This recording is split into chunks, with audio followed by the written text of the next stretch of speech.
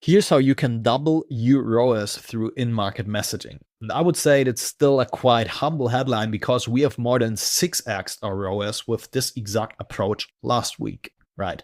And I will show you exactly how you can do this too if you dial it in correctly, without adjusting the offer, without adjusting the presentation, and without adjusting the sales team best practices, okay? Only by changing the messaging, the type of lead that you're getting into your funnel. And we're going to talk about what in-market messaging is today, a theory behind it, then how you can find your in-market demographics right now, okay, how to attract them. And I will show you the exact static ads that we've used and how we've changed our messaging from a more mass market approach to a more in-market approach. And I will show you the exact static ads that we're using right now, the exact designs, the exact copy, and the video ads that we're currently running for our clients that have produced a 10x ROAS just last week. So if you want to learn how you can do that too, make sure you stick in. You stick to this video because we're going to talk about how you can implement this as well. We will map out a game plan with you guys. And yeah, without further talk, I just want to break down why in-market messaging matters that much and what it has done for us so far in the past. So essentially, we have one of our clients selling an insanely valuable done for you Amazon offer, right? And we were taking over the campaigns for him because he got burned before by another agency, as a lot of other business owners have been too in the past, right? And we were seeing a quite stable ROAS in the past, so around $4 ROAS. We were running weekly webinars with him, and the first webinar we ran, we had around 1,000 registrants. I think it was a bit less, but just for the sake of numbers, 1,000 registrants, okay? And we made around 5K on a 3K ad spend from this webinar. So we were still profitable, but it was a 1.6x ROAS, and this is nothing that you can use to scale, okay? Then we thought about what went wrong, right? And one simple messaging change, like literally just simply changing the way how we were, or the type of leads that we were getting into our funnel, has generated us now last week 30K on a 3K ad spend. And I think there is still more to come because we've got a lot of follow-up calls right now in the pipeline, and another 12K PIF to collect it tonight because we're essentially selling a 12K offer for this guy, 12K and 6K offer points, right? I just want to show you some breakdowns in here. This was the 5K offer. We changed to a 6K offer later. But yeah, this was just, as you can see, 2nd February, 4th, 9th, 4th, all in 1 week, okay? And we didn't adjust the offer. We adjusted it later, but we didn't adjust the presentation. We didn't adjust the sales team best practices, like literally nothing in there. The only thing that we adjusted, and what is probably the most important and biggest bottleneck in your current entire funnel, is the traffic acquisition. Because if you think about the leverage that this traffic acquisition point has, it's by far the highest leverage, right? Because here, as you can see, we have the most number of leads, the highest number of leads, right? And essentially, with bad traffic acquisition, with a bad lead messaging, we're only letting leads through that are low quality. And we don't want that. Right? So what we guys were doing, and that's why I'm saying I've literally learned this lesson myself. That's why I want to teach it to you as well. We were attracting unqualified leads with no money at all the time, right? And I think lots of you guys know that. Like maybe your sales teams are complaining right now. You're dealing with leads in your webinars who are have the money objection all the time, right? When it comes to the pitch. And you're just wondering why you can't improve your current conversion rates. So our show-up rates were lower before we changed our messaging. Our booking rates were lower. Our lead quality was far lower. And I think our cost per show-up was at around $30. Our cost per qualified call was $750. Our cost per what was this though? Our cost per call was $300, and our cost per acquisition was around $3,000. Okay, so as you know, we've got one acquisition, so basically one sign up from a 3K ad spend, so around 3K spend for one acquisition, right? And our cost per qualified call was insanely high because a lot of leads were not qualified, as I said, and our setters triaged them out, right? But after we adjusted our entire front-end messaging, so this is our ads, most important thing, this is exactly what we're going to talk about in right a second, right? After we've adjusted our ads, our landing pages and our emails, we could scale to a cost per show up to around 50 euros, $50, right? $50 cost per show up. Our cost per qualified call was at around $200 then, and our cost per call even lower, $142, right? And our cost per acquisition is sank dramatically. And I want you to keep in mind that we are selling different price points and have different upsells with this offer as well, right? So we saw a higher PIF rate. We haven't seen a churn so far. And we also saw a higher conversion rate on the 10K offer, meaning that the leads that came in had more money or were more invested to actually make it happen, right? That's why I'm saying all the time that lead quality or traffic acquisition equals leverage. It's the biggest leverage that you can have within your funnel. So in this video, we will talk about what in-market messaging is, how you can apply it to your very own offer. We will analyze 11 in-market ads plus headlines that have more than doubled our ROAS, right? 6x to be fair, right? And we will really go to the practice and a practical approach. I will show you exactly how we currently writing our copy, what hooks we are using, and how we are attracting, a lot of qualified people right now with our BSL funnels and with our webinar funnels as well, and what the difference there is, okay? So first of all, we need to understand how Meta actually works. And this is really something, if you've got burned before in the past by a media buyer or whatever, I really want you to understand the backend, because then you already know more than 90% of the media buyers out there, okay? You should never work with someone who can't explain you why things are the way they are. And I want you to understand that Meta is using a machine learning algorithm, which is essentially a machine learning AI that is trained on your data and trained on the user's data. Okay, so it's not a large language model like ChatGPT or Claude or Manus or Google Gemini or whatever it is. It's a machine learning AI, one of the oldest systems that we were using already for more than 20, 30 years as humans. That is basically an algorithm that is trained on data. Okay, this is how Meta operates. It's like a brain that puts together different tons, millions, billions of data points, okay?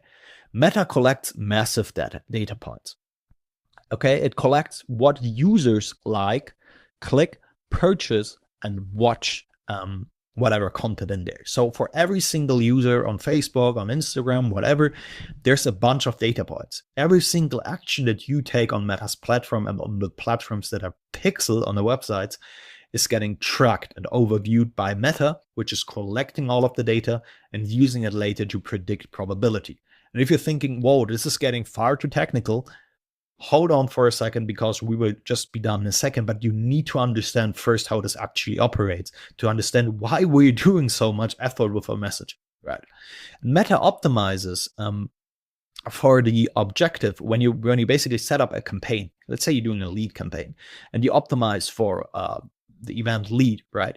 Meta optimizes for the objective action you tell it to optimize for based on the predicted probability of that action happening. So if you let that sink in, it predicts first.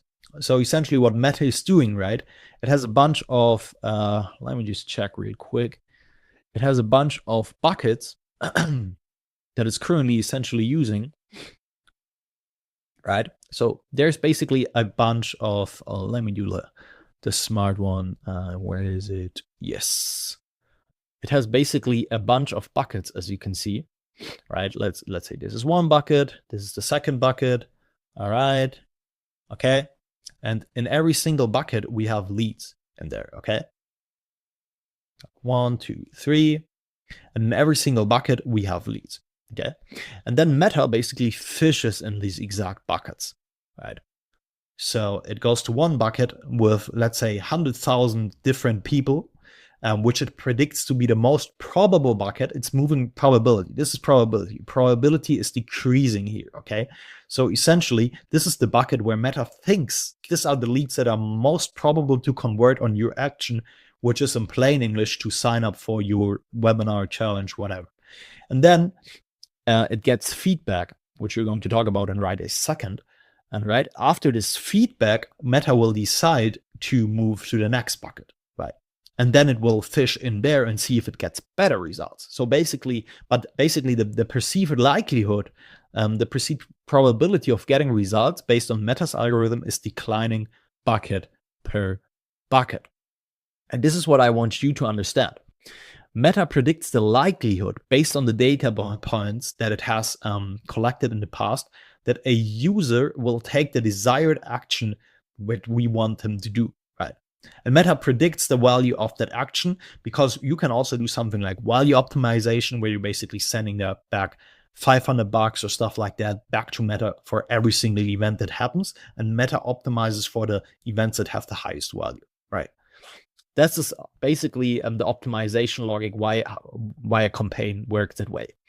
And we will just get to why that matters in a second, guys. Don't lose me here, right?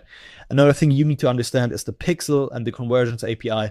So essentially, you have your website, you have your browser, you have your Meta Ads Manager as well, right? And what the pixel essentially does is it sends event data back to Meta, right?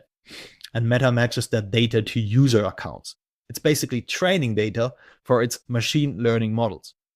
So the machine learning model is acting, is getting buyers from one of our buckets, right? Sending them to our website. And then what we do with our pixel is we send the data back to Meta and tell it, okay, was this a success or not? Was this bucket really the bucket that we want to have? Is this really the bucket that is getting us the most signups? And basically the event data is getting sent back to Meta. The pixel is sending this data back. Meta matches that data to user accounts. And then this basically works as training data for its machine learning models, because it sees, okay, this was a success. I was right. These were really people who were most probable to buy. And on the other hand, it also shows you if something doesn't work, and it will pivot to another bucket in this case, right? That's essentially what's happening in the learning phase, right? Now, here's why that matters. You need to understand, and this is so crucial, and I see so many clients caring about cost per lead, cost per lead, cost per lead. Yeah, our cost per lead tells us a lot about your creative, how good your ads are written, about your creative diversity, about the way you're structuring your ad sets, about your landing page conversion, about your load rate. I'm completely fine with that. I'm also using cost per lead. But Meta doesn't optimize for your cost per acquisition, okay? When you're not telling it to optimize for that. And most of webinar campaigns aren't. And that's why I'm saying that. Because I know a lot of people who have an order bomb and who are then optimizing for that. People who hit the VIP confirmation page, so essentially people who bought the VIP ticket. Or then I have people that optimize for just lead sign up, or even qualified signups, right? But essentially what you want to do with your webinar is you want to sell the main and high ticket offer, probably, right? This is the main goal of the entire funnel. Meta doesn't optimize for that. This is something you need to be very, very aware of. Meta optimizes for the cheapest cost per event. So basically, it's looking for the cheapest way to achieve your desired action. And your cost per lead doesn't give you any real, it does, but not all the real data on the lead quality, okay? So cheap signups aren't the way to scale, especially when you're optimizing for leads, right? Cheap signups don't equal cheap cost per acquisition, right? Okay, I hope that's clear. So you can optimize for qualified conversion events with order bombs, as I said, or conditional qualification logic. You can include a small box that they need to tick if they're qualified, if they have money to invest, and then you only pixel the page where the qualified leads that register land on there and send only the qualified data back. And yeah, this is giving you some information about lead quality. However, that doesn't mean that this person will be qualified to buying the end product that you're pitching, Okay. So what you do is you try to write your entire funnel copy in a way that attracts high quality leads. Okay. And only those that are likely to buy. Because sure, Meta helps you with that. But if you're giving Meta real data, if you're giving Meta, if you're really communicating to the algorithm in a way that it understands, you will see that you will master machine learning. You will master how Meta's campaign setup actually works, and you will get a lot of high quality leads in your funnel. And we're going to talk about how to do this in right a second. So who are these high quality leads? Well, high quality leads, first of all, you need to understand that there are different market demographics, right? We have non-buyers, which are more or less, let's say 35% of the market. These are people that will never buy for you. So people with insuperable sales friction, they will never even want what you are selling. I give you an example. Let's say you are selling a running ultra marathon A to Z. I guess you're fit for an ultra training program, and you're trying to sell it to 80-year-olds on the street. Okay. It won't work. I hope that's clear, right? It won't work. This person will never be able to run an ultra with 80 years old. Maybe it's even hurt, right? Has health problems.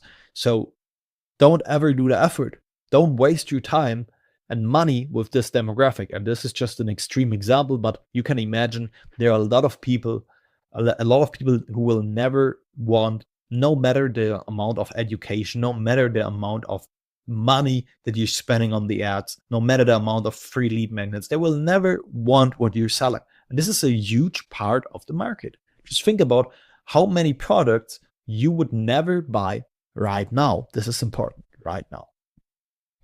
Then we have the mass market. The mass market are 46%. I think it's probably even more of people. You can think about it. This is where all the competition is at right now. They are unaware of the problem. They don't even have a problem right now. Maybe they have the problem, but they aren't aware of the problem. They aren't aware of the solution that you're selling. This could be your service, right? And they have no opinion yet. They're completely unaware.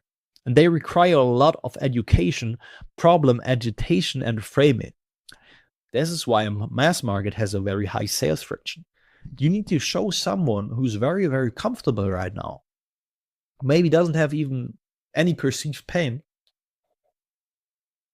that he indeed has pain, and that he should pay you money to solve his pain that he didn't even know about. And this is why we have a very, very high sales fraction there, because these people are very unaware.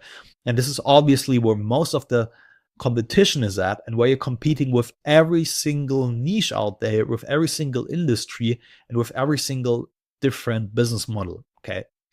So I'm giving you an example. Let's say you're selling the investment in a real estate fund to people, and this is important, to people who have never even thought about investing money, right?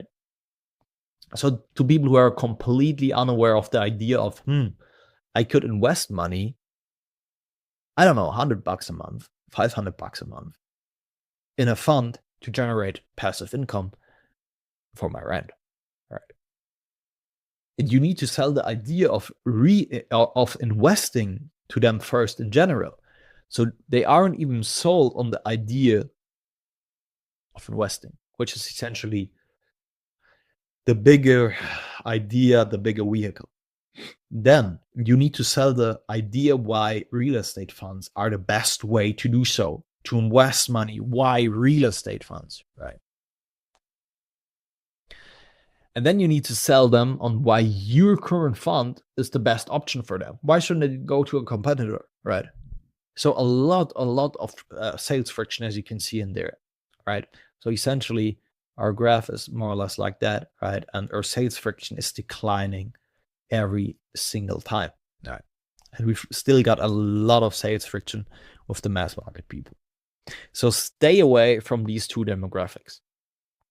Then we're getting to the needs convinced people. And this is interesting. I would guess most of you right now are probably either targeting mass market or needs convinced, if you don't know about in market, right? These are buyers who are already convinced they have the problem, and they are actively looking for a solution. So, in other words, if we use Eugene Schwartz's awareness model, they would be problem aware. But these buyers already have real pain or desire. Okay, they want to solve their problems, but they aren't sold on your solution yet.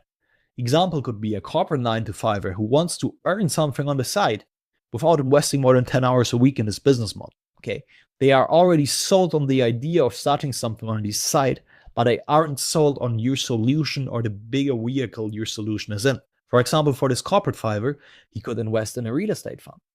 He could also start a business on the side, right? Or he could simply invest in stocks. So a lot of different in single values, right? A lot of different stuff in here. And these are a great demographic to target with webinars. I would even go a bit more in market for this demographic, to be honest. But they are great because they have problem, and a webinar gives us 2 hours to educate them on our business model. And that's why webinars are such a great way to already target the needs convinced market, which is obviously bigger than the in market, right? And why more money is then in there as well, simply because of the volume.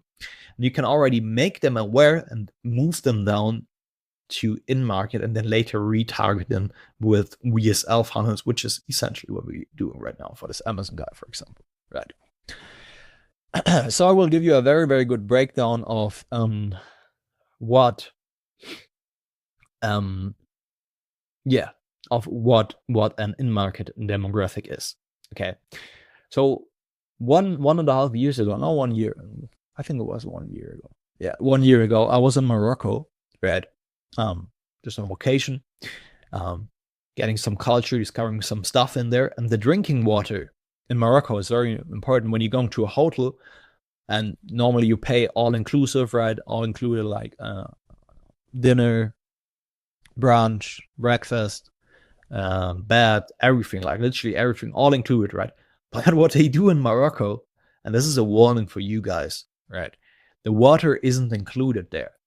So when you're going to a hotel in Morocco, you need to pay separately for the water, even though you already paid for the food, which makes absolutely no sense. But obviously the people are smart, and they know that a lot of students can't, the tourists can't drink the tap water because it's obviously polluted and bad quality in there. So they need to buy, right? However, the water is quite expensive in there, right? A bottle costs around €5, I think. Maybe a bit less, but still from Moroccan standards, it costs a lot. And I'm someone like, I will never buy it if it costs €5. If I can simply step to the supermarket right next to the hotel, for example, when we were in Marrakesh, right, and buy the water there for 50 cents. Okay, so why should I go to the hotel and pay 10x the price for that? However, one day we were in a hotel close to the desert, right? And there was no supermarket around. It was really like kind of in the mountains, Atlas Mountains, right? And none of us had something to drink. And the food was salty. Obviously, another thing, the Moroccans are smart, right? They're using salty food, right, to make us even thirstier. So in this moment, I became in market for the hotel water because I was in deep need. I didn't have water with me. I didn't have another opportunity. And I was looking for a solution. Right now, I knew they had the solution of selling me water. And so I bought the water, right? I essentially became in market for water because I was getting thirsty and I didn't have another opportunity to supply this demand. So what do I mean with this example? I think it makes it very, very clear, because you need to have this approach when you think about in-market demographics. You need to sell to people who are already sold on the solution, okay? But who need help with it, for example, and who know the value of the offer that you're providing. For example, I was back then in corporate sales for a software company, right? We were selling document management systems, and we would only sell to businesses with a certain number of employees, which were actively struggling with the overwhelm of data and wanted to automate their workflows. I would have never targeted me myself with their ads, for example, for a document management system, because why should I? I don't need it, right? And until I have 20, 50 employees or stuff like that, I will never need what they are actually selling and won't buy it for the appropriate price they are charging, right? Which is 6 or 7 figures for this entire system. I hope this makes it very clear. And let's get another sip from the coffee and dive right into how you can find your in-market demographic right now.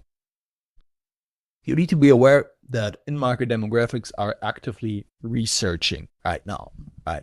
They're comparing stuff, they're allocating their budget, they maybe have already taken action, and they're already sold on the vehicle, okay? So what you should do is you start with a 2-hour deep in-market research. You sit down, you grab your cup of coffee, grab your cup of tea, sit down and write down every single person that you could occur to be in market for your current service that you're offering. I will give you a very, very clear breakdown of what I did personally and how you can do this as well. So this was our ad targeting before, right? Where we saw the 1.6x ROAS. Okay. The other one was the one with the 10x ROAS nearly, right? We were targeting before mass market and needs convince people. So like everyone out there in the BizOps space, we were targeting people who wanted to quit their 9-to-5, for example. They were in pain already, so it's easy, right? We included lots of income claims, above average client results, and presented Amazon as a way to make loads of money. We didn't frame it as a get-rich-quick scheme. We did add some disclaimers, some objection handling there. However, all of the income claims, all of the student results were obviously talking to people who wanted to make money quickly, right? We didn't qualify them either. It was just a very general, broad written ad. We didn't even financially qualify them. So we were simply attracting people with the big opportunity of making money on Amazon. Right? These are people who weren't sold on Amazon first. They weren't even sold on e-commerce. And they needed a lot of selling on the business model as well, right? So they weren't even able to understand the value of the offer that we were selling. Okay. That means we had a lot of sales friction because they were completely unaware. This was our ad targeting before, right? And they were also unqualified because we didn't qualify them financially, or we didn't qualify them with the words that we were using with our in-market message in our ads. So I sat down and thought about this, and we switched to a targeting to people who were sold on the big vehicle of e-commerce. So people who already knew that e-commerce was the future. People who were in market for the bigger vehicle, right? People who were sold on Amazon as a online retail platform. People who were sold on investing money in inventory. So they already knew they needed to invest money in inventory. Guys who were sold on building a side income on Amazon, right? This is important because if you just go with side income, this would be needs convinced. Active Amazon business owners. So people who are already in the trenches right now. People struggling to delegate tasks. So owners who are currently struggling with drowning in paperwork and a lot of daily mundane workflows, right? Other sellers struggling with suppliers, other sellers struggling with product research, struggling with fulfillment and delivery, and sellers who wanted to scale faster, who had problems. Maybe they had a bottleneck in their business and they were looking for a sustainable method to scale, right? And essentially other sellers who tried another less sustainable model of selling on Amazon. There's a lot of different models out there, right? For example, private label or whatever, or retail arbitrage. And we were targeting those and selling them on our very own business model. Just look at the difference of these two approaches, right? And you can imagine how much less sales friction we had in our process. So how do you actually attract and market people? You have to think about it in a way like that, right? Your ads are the first touch point with every single lead. And it matters what they see, what they hear, the words you're saying, what they read, and most importantly, what they perceive. So the things that are written between the lines, the kind of atmosphere that you are conveying and talking to their subconscious, right? And I will talk about this right in a second.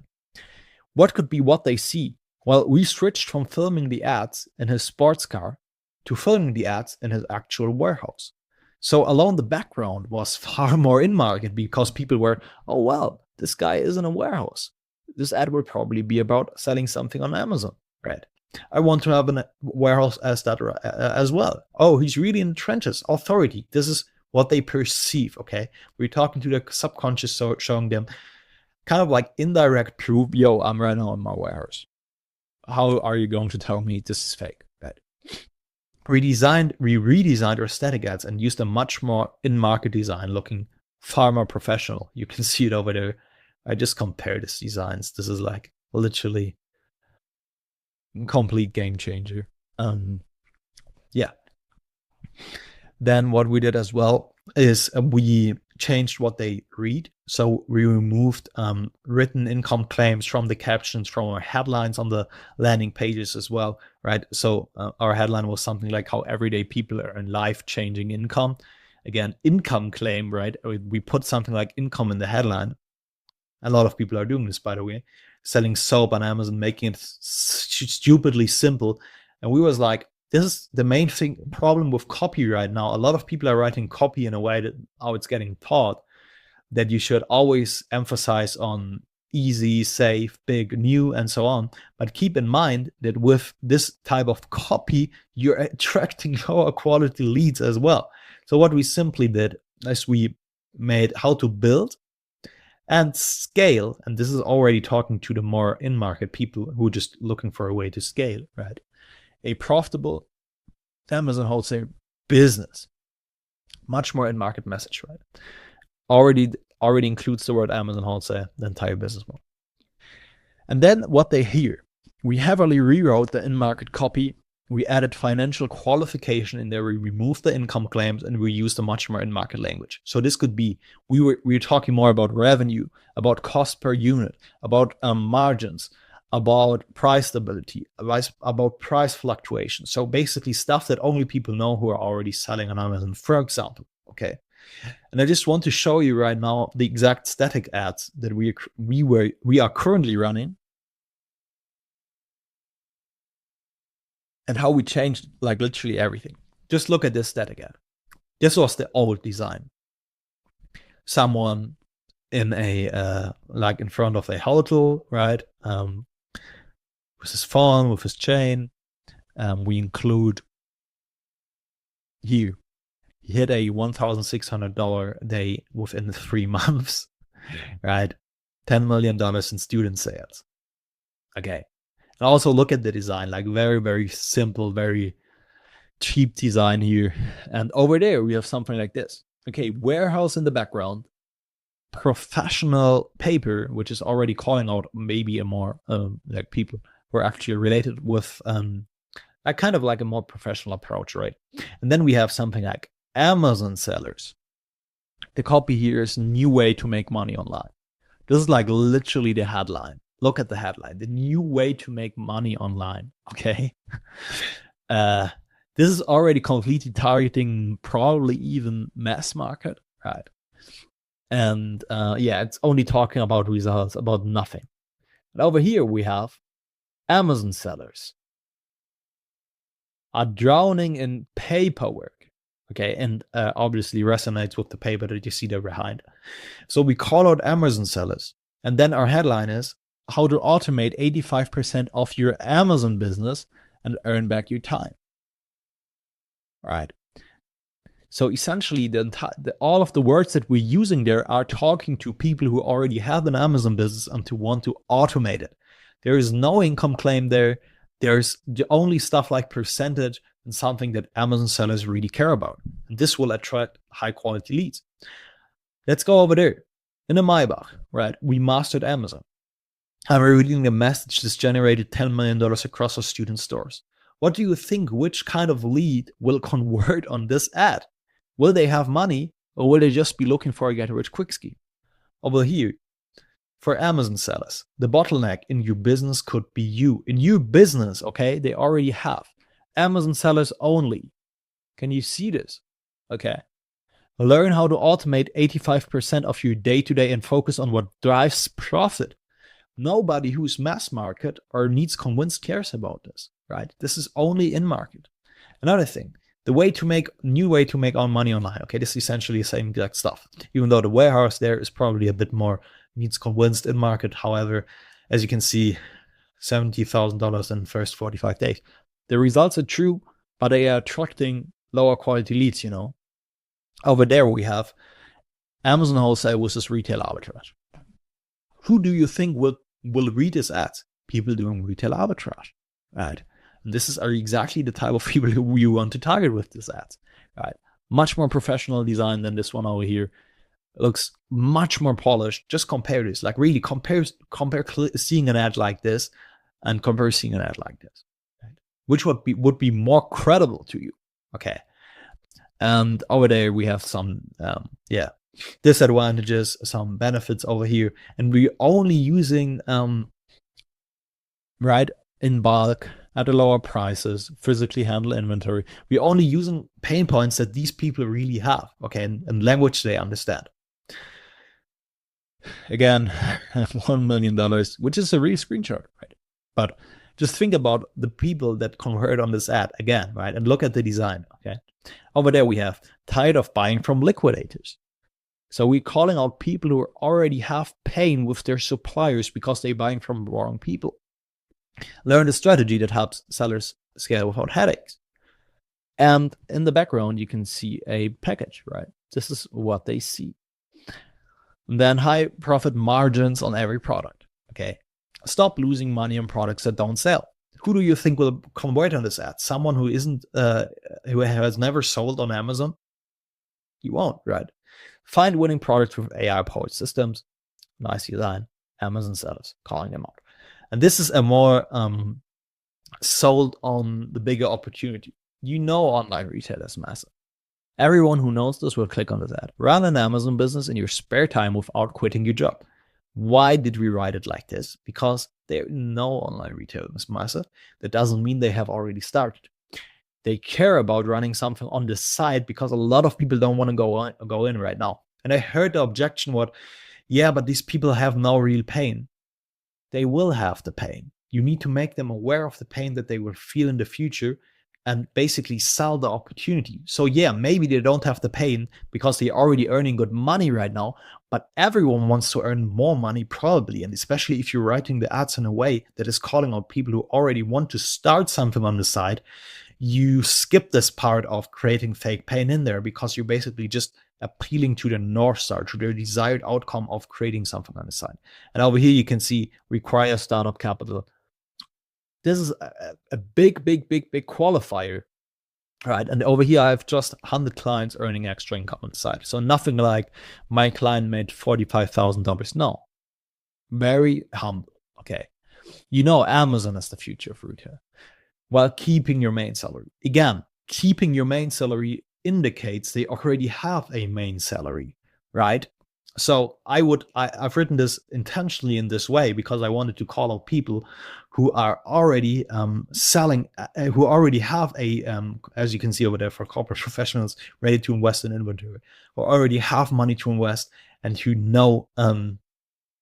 who don't want to take the entire risk of quitting their job because this indicates they already have money and we're selling a 12K product and I won't sell this to someone who's struggling with his entire life right now, right?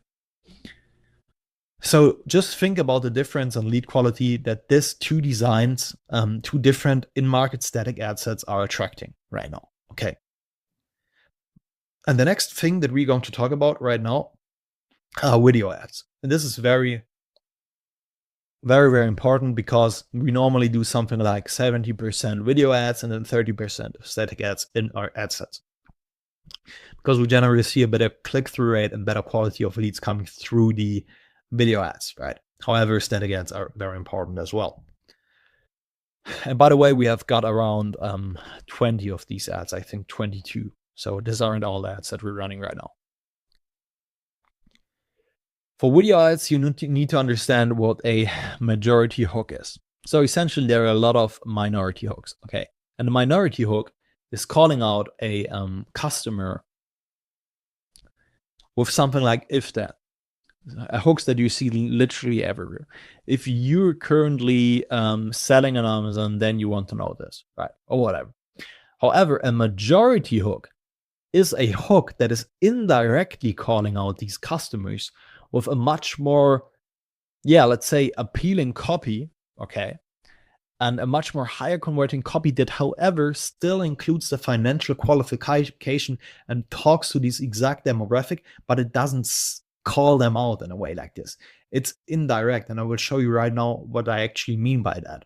Okay, and majority hooks are responsible for 40% of your traffic because the first 3 seconds of every single video matter, right? And they have by far the highest click-through rate as well, and by far the highest retention rate. Okay, so the angle that converts the best is essentially our majority hooks. There are a lot of different angles how I can look at this thing over here, right? And the angle that converts the best essentially is the angle that you want to choose for your majority hooks, and that's why you need to do a lot of creative testing. So Meta rewards creativity, and your hooks should contain a qualification.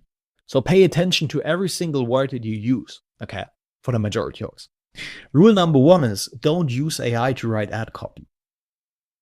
When you go on the Meta Ads library and you're looking at some of your competitors in your exact niche right now, you will notice that 90% of the ads are written by AI. And I'm not exaggerating. Every single ad sounds the same. Something like, no problem, no headache, no time, just real income. Okay, but here's the thing. Do you think people are stupid? They obviously hear out how AI sounds, right? And they recognize AI dashes in your emails. So you will be rewarded heavily when your ads sound different, when your ads sound human in a world that's completely ruled by AI. And when you're actually putting in real effort. And we're also using AI to write a couple of our emails, to write our follow-up flows, to automate tasks that aren't that high leveled. But we write our ads completely ourselves, especially the registration ads. Okay. So as you can see, I will show you right now one ad that I've written for this guy, targeting Amazon business owners. Our hook is, this is a majority hook, right? Amazon businesses are drowning in paperwork, and their owners are drowning with them if they don't automate their lower leverage daily tasks. I could also have said, if you're an Amazon business owner right now, and you're struggling with paperwork, and I can show you exactly how you can automate your lower leverage tasks using my system. Just an example, right? However, I chose the majority hook because this hook is much more compelling. It's like Amazon businesses are drowning in paperwork. Someone who has this pain point will also resonate with this ad. And then something like, and their owners are drowning with them, and they're like, hell yeah. Right? Okay. And then you can see, here comes the qualification. If you're already selling on Amazon, you will reach some point where you're stuck dealing with mundane tasks every single day. Then we're digging into the pain. Stuff like emailing suppliers, handling customer complaints, the struggle. Okay, the struggle. And you notice that the business you started to earn more freedom and time with your family became your second spouse. We dig into the pain. We're making it visual. And now you're looking for a way that lets you run your Amazon business in the background without lowering your profit, right? And they're like, hell yeah, I want to do that. That's the situation I was in, right? I started Amazon to get more time, some relatability, some proof, some authenticity. I built a combination of software and human staff that automates 85% of my business. Virtual assistants handle the groundwork. They use software to identify products, handle my communication. And this way I can focus on higher leverage tasks. That's how I scaled. Okay, this is an income claim, but I think after so much qualification, therefore, I was like, why not put it in there? Gives us some authority. And I have time to go on vacation with my family. If you want to get access, you can do it too. Another hook is, your Amazon business became your second spouse. That's like another majority hook, right? I could have said again, if you're currently running an Amazon business and you're struggling to earn back your time, and you're struggling with a lot of current daily tasks and workflows and so on, I can show you how you can automate XYZ. However, we start with a majority hook, something like your Amazon business became your second spot. And you're looking for a way to get divorced without losing your profit. Bam. Great copy. Majority hook, okay? And then again, we're calling them out a bit. As a result, you have less time to spend with your family. You're basically sacrificing your personal life for your business. But is it really worth it? I can show you a way to automate 85% of your tasks. This is targeting a very similar, as you can see, this is just another angle, another hook, how we're talking to people with Amazon business. Because obviously you need to hit different personas from different angles, right? So build a well-oiled machine, actually some pretty similar stuff. Then another one. This is basically a hook that is targeting people who are already sold on e-commerce, but not on the business model that we're selling. And you see how we qualify them. You and I both know e-commerce is one of the fastest growing markets in the world for building a solid second income stream, right? This is, again, second income stream. They already have a first one, a main one. This is what we want. We want quality leads, right? We want people with money. And you and I both know e-commerce is one of the fastest growing markets. Who would click off you? Someone who doesn't know that, right? And if you're working a corporate job right now, you're financially comfortable, you want to take advantage of this opportunity without investing more than 4 to 10 hours a week, I can show you how to build a side hustle that generates extra spending income on the world's biggest online marketplace, Amazon.com. All you need to do is follow and invest in everyday, invest again. I'm really saying this on purpose, invest in everyday products that people are already buying in the millions, because I want to tell them you need to invest money. Okay, then I'm setting the business model a bit. I'm helping other corporate 9-to-5ers do the same. Other corporate 9-to-5ers like you, just look at the difference in the messaging compared to this one, okay? And then, so if you know that you need to invest money to make more money and want to build a side hustle without sacrificing your time, you need to invest money to make more money. Who would click off you? Someone who doesn't want to invest money, brokies, right? We don't want them to hit our pixel. Another one. Picking the right product to sell on Amazon feels like trying to find a needle in a haystack. Again, majority hook, okay? Let me guess, you're starting with a spreadsheet, then I'm digging into the pain points. This is obviously targeting sellers who are currently struggling with product research. And this is a lot of people right now. By the time the price has tanked, no one talks like this if they're not sold on Amazon, right? And you're left with that stock you can't sell. Purchase order, spreadsheet, products. This is language that is talking to this exact persona, okay? I was literally asking a notebook LM, which is basically another tool that I'm using just to give me context on data, what kind of words these people will use, right? And then I use them. He's now scaling. He's no longer doing it myself. All my clients have a network and so on. Prep center. Okay. So this is, I think, we've got around 10 to 15 ads of them, right? I won't show you all of them, as you can see. But I think right now you should have a very clear picture of who we're talking to, right? And every single word here attracts this desired type of customer, okay? And this is essentially how you, write in-market ads yourself. Now, how can you implement this? So assuming you want to do this right now for your offer, you have a high-ticket business, and you want to do this as well. So how you can implement this? First of all, you need to start with your offer. And I've recorded an entire video about offer breakdowns on my channel. The last video, make sure you check it out, okay? Because this goes really in depth on how to create high compelling offers. However, you need to first determine who your current offer is actually talking to. And then you need to think about, is your offer actually valuable for an in-market demographic? If it isn't, if it's just a beginner program, a beginner course, or whatever, then the offer needs to contain more valuable components for in-market people if you want to take advantage of this opportunity. Because if your offer can't deliver, if your offer is shit and has no real value for in-market people, don't sell it. Okay. Next, you do an in-market avatar analysis. So you sit down and think of every person that could be in-market. Who's already sold on a big vehicle? Who's sold on your exact business model? What are common pain points beginners have that are already started with them? How you can target them, right? What are bottlenecks that come with scale? Think about your own clients and your very own journey and write down every single avatar in depth.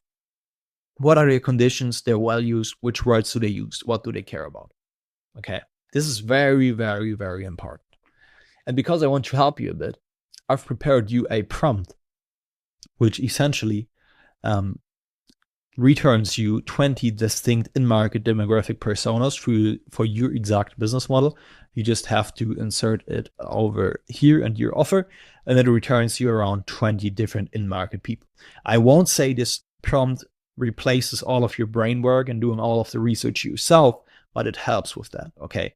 So if you want to get this prompt for a good direction before you start doing the research on your own, DM me in market on Instagram. It's simon.asman. I will link my Instagram contact details, my credentials in the bio, in the description of this video.